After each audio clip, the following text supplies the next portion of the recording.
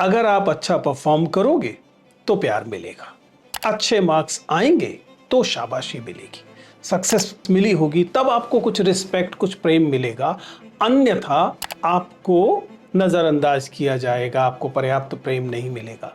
इसलिए हमारे यहाँ प्रेम जो है वो एक कंडीशनल चीज है। परफेक्शन के पीछे भागने के कारण हम खुद को माफ करना नहीं सीख पाते। हमें लगता है कि हमारी गलतियां जो हैं वो अक्षम्य हैं। अच्छी बात है आप सफल हुए, लेकिन सफलता से आपका मूल्यवर्धन नहीं हो रहा, आप पहले से ही मूल्यवान हो, यह समझने की जरूरत है।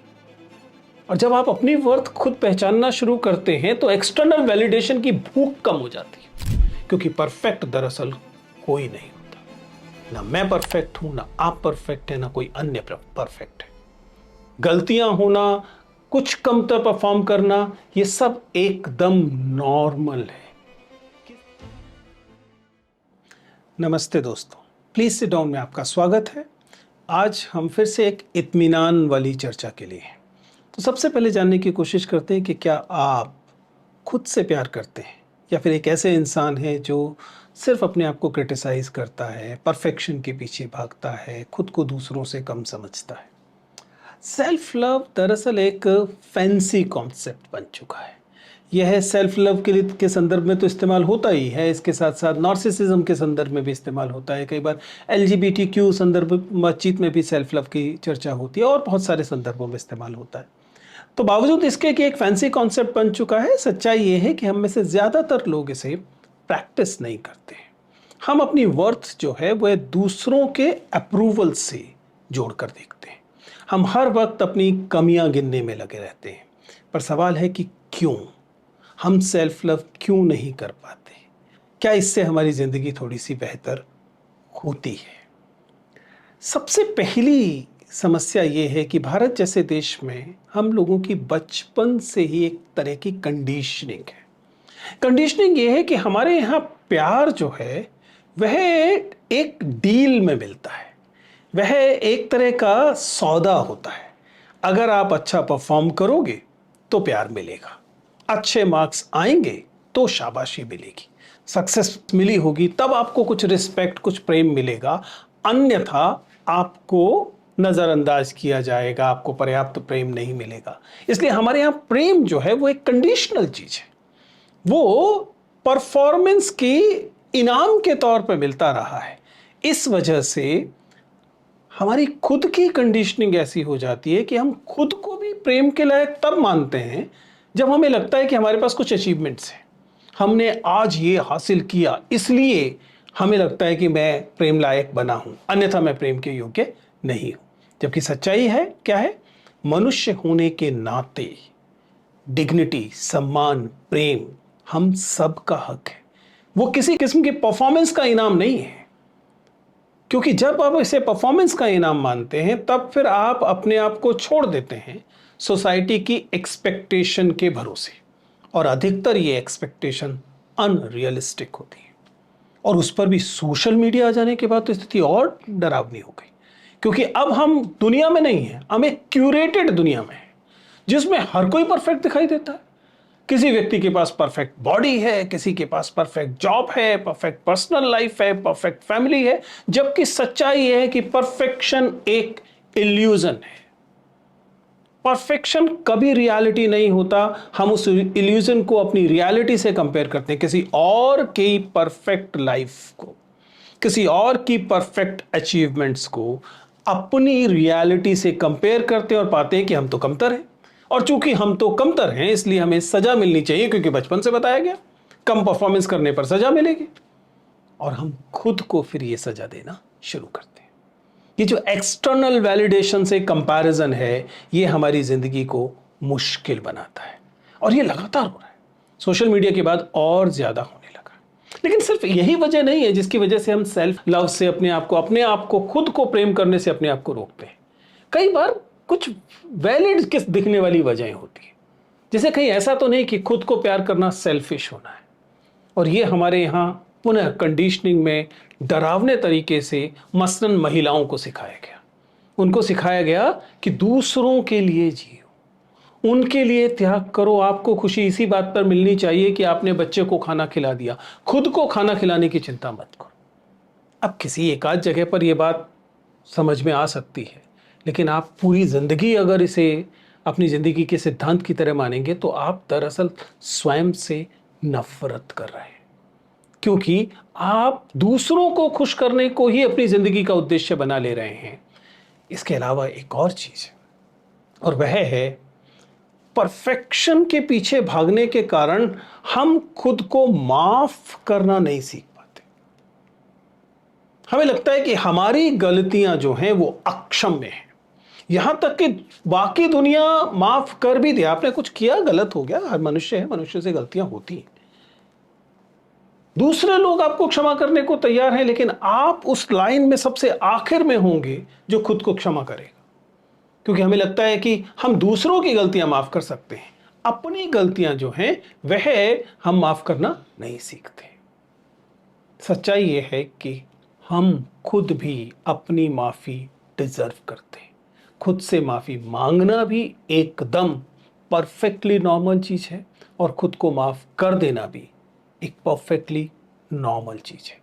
हम दूसरों की गलतियों को ओवरलुक करना चाहिए, हमें करना ही चाहिए, लेकिन खुद की गलती, अपने लिए काइंडनेस का होना, आत्मदयालुपन आत्मदया नहीं है। यानी कि हम अपने प्रति काइंड हैं का मतलब ये नहीं है कि इसका मतलब ये निकाला जाए कि हम कोई सेल्फ पिटी में हैं, क्योंकि काइंडनेस और पिटी एक ही चीज नहीं है। दयालु होना और खुद पर दया करना, ये दोनों एक बात नहीं है, इनमें काफी अंतर है। तो क्या होता है जब हम प्रैक्टिस करना शुरू करते हैं खुद से मोहब्बत को, हम खुद से प्यार करने को प्रैक्टिस करते हैं, तो क्या बदला है?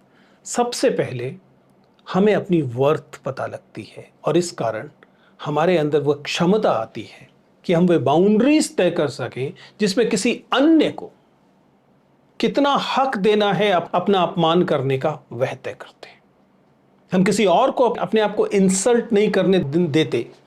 हमारे पास वो बाउंड्री होती है जिसमें हमें पता होता है कि किस जगह वह सीमा आ गई है जब हमें उस टॉक्सिक रिलेशनशिप से बाहर आना होगा, जहां दूसरे लोग आपको इज्जत नहीं दे रहे हैं, आपको प्रेम नहीं दे रहे हैं। ये कहां से आता है? जब आप अपनी वर्थ को जानते हैं, अपने आप को प्रेम करते हैं। इसी तरीके से रेजिलियंस बढ़ती है। एक तरह का हम इस बात को समझते हैं कि हमारी पर्टिकुलर तरीके से देखने से, ज़िंदगी को समझने से हमारे अंदर ये समझ आती है कि हमारी सेल्फ वर्थ क्या है। इसलिए कोई एक फेलियर, कोई 2 फेलियर, कोई 10 फेलियर हमें तोड़ नहीं बैठते, क्योंकि हमारी वैल्यू इस बात से तय नहीं होती है कि हम कितने सक्सेसफुल हैं।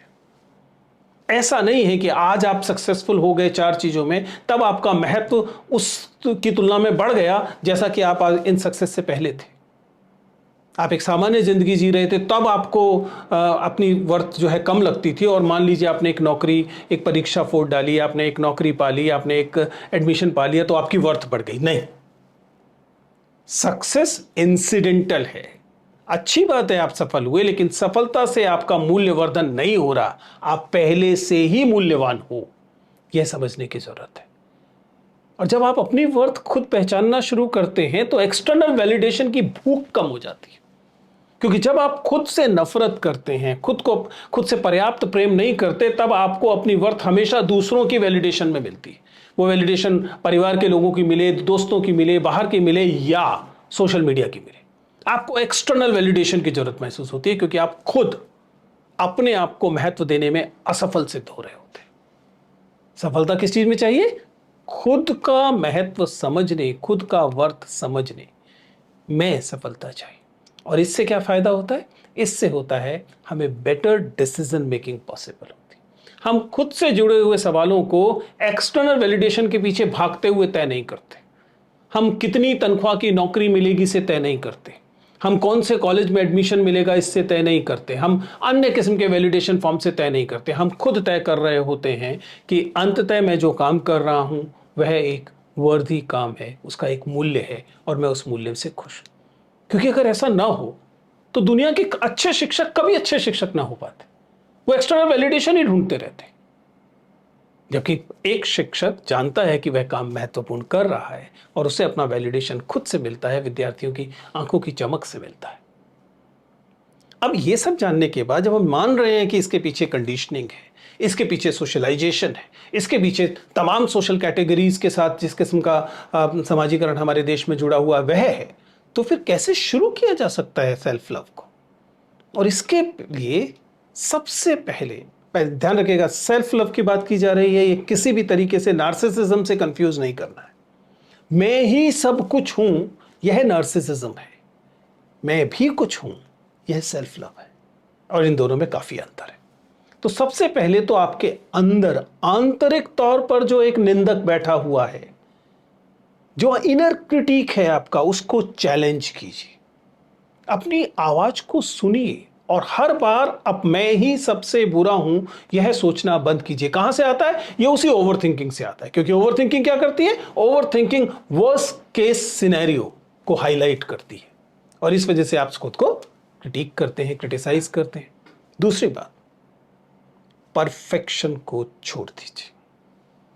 Being perfectionist is not a virtue. यह कोई बहुत अच्छी बात नहीं है कि अगर आप कहें कि मैं परफेक्शनिस्ट हूं, क्योंकि परफेक्ट दरअसल कोई नहीं होता। ना मैं परफेक्ट हूं, ना आप परफेक्ट है, ना कोई अन्य परफेक्ट है। गलतियां होना, कुछ कमतर परफॉर्म करना, यह सब एकदम नॉर्मल है। किसी भी तरीके से केवल परफेक्शन को ही अपनी आइडेंटिटी मत बनने दीजिए। अगला स्टेप, लर्न टू से नो। किसी अन्य व्यक्ति को सिर्फ इसलिए कि आप ना नहीं कह पाए, आप बेतहाशा ताकत देंगे कि वो जब चाहे आपकी मेंटल पीस को डिस्टर्ब कर दे? That is not done. आपका टाइम, आपकी एनर्जी, आपकी अटेंशन इंपॉर्टेंट है, वैल्यूएबल है। कई बार केवल एक ना कह देने से आप इन सबको बचा ले जा सकते हैं। And then please don't wait for grand to celebrate. अपनी जिंदगी की छोटी छोटी चीजों को सेलिब्रेट करना सीखिए। आप लोगों को ना नहीं कह पाते थे, एक दिन आप किसी व्यक्ति को ना कह पाते हैं, ये सेलिब्रेट करने की बात है। Celebrate it. Don't wait for big milestones. कोई बहुत कुछ बड़ा होगा तब सेलिब्रेट करेंगे। सेलिब्रेशन छोटी रख लीजिए, कोई बात नहीं, लेकिन सेलिब्रेट कीजिए। And learn to prioritise.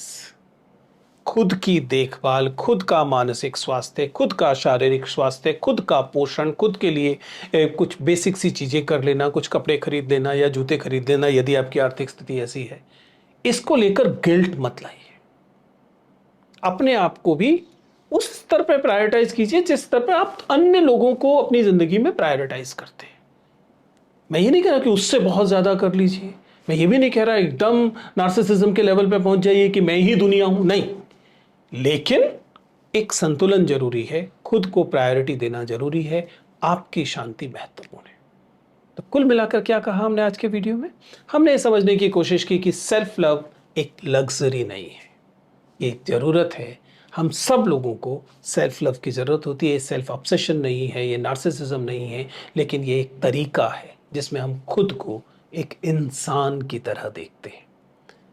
एक ऐसी दुनिया जिसमें आप भी बराबर के इंसान हैं, तो आप खुद को एक्सेप्ट करते हैं। आप मानते हैं खुद गलतियां कर सकते हैं, फिर खुद को क्षमा करते हैं। अकारण गिल्ट की पोटरी अपने सर पर लेकर घूमते नहीं रहते। इसके अलावा इसको थोड़ी छोटी छोटी चीजों से शुरू कीजिए। कंडीशनिंग बहुत लंबी है, इससे बाहर निकलने में बहुत ज्यादा समय लगता है, लेकिन इसीलिए जरूरी है कि छोटे छोटे कदमों से take baby steps. Find out a few ways to express your love to yourself, and if you are able to do it, I am sure you will have a relationship with yourself. आप अपने साथ एक ऐसा रिश्ता बना पाएंगे जिस रिश्ते के बाद आप खुद को बेहतर महसूस करेंगे, आप खुद से प्रेम करेंगे और यह प्रेम बाकी समाज के लिए भी अच्छा होगा, शुभ होगा।